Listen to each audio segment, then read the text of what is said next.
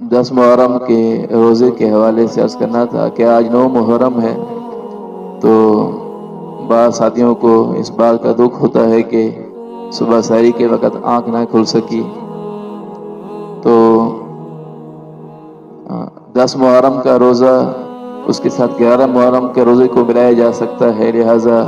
اس طرح بھی 2 روزے پورے کیے جا سکتے ہیں۔ کل کا روزہ رکھ لیا جائے، پرسوں کا روزہ رکھ لیا جائے، اس طرح بھی 2 روزے حاصل ہو جائیں گے، اور وہ فضیلت کہ اللہ تبارک و تعالی اس روزے کی برکت سے 1 سال کے گناہ معاف فرما دیتے ہیں، وہ فضیلت بھی حاصل ہو جائے گی۔ اور ایک حدیث پاک میں آتا ہے کہ اللہ تبارک و تعالیٰ کے ہاں سب سے افضل روزے رمضان کے روزے ہیں، اس کے بعد محرم کا روزہ یہ اللہ تعالیٰ کے ہاں پسندیدہ روزہ ہے، اس لیے اس فضیلت کو حاصل کیا جا سکتا ہے۔ بعض دفعہ یوں ہوتا ہے کہ صبح سحری کے وقت میں آنکھ نہیں کھلتی ہے،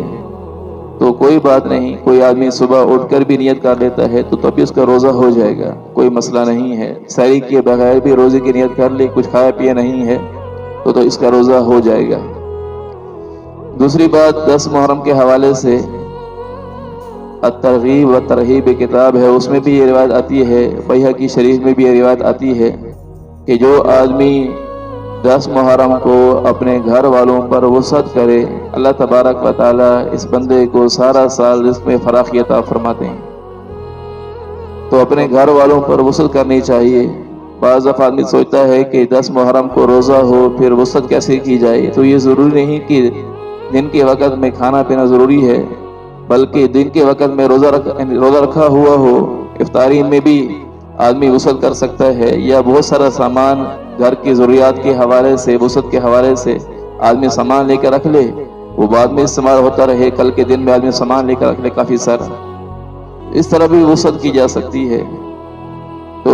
اس حدیث پر عمل بھی ہو جائے گا اور گھر والوں پر وسعت ہو جائے گی۔ اللہ کے نبی صلی اللہ علیہ وسلم کی زندگی کو اپنانے میں اللہ تبارک و تعالیٰ نے دونوں جہانوں کی وسعتیں رکھی ہیں۔ دنیا میں بھی اللہ تبارک و تعالیٰ راحت عطا فرماتے ہیں، آخرت میں تو اس بندے کے لیے ہیں ہی راحتیں، رحمتیں، نعمتیں، جو بندہ حضور صلی اللہ علیہ وسلم کی زندگی کو اپنانے والا ہو۔ اس لیے ان باتوں پر خود بھی عمل کرنا ہو اور اوروں کو بھی یہ بات سمجھانا ہو۔ اللہ تبارک و تعالیٰ ان ساری باتوں پہ ہم سب کو عمل کی توفیق نصیب فرمائے۔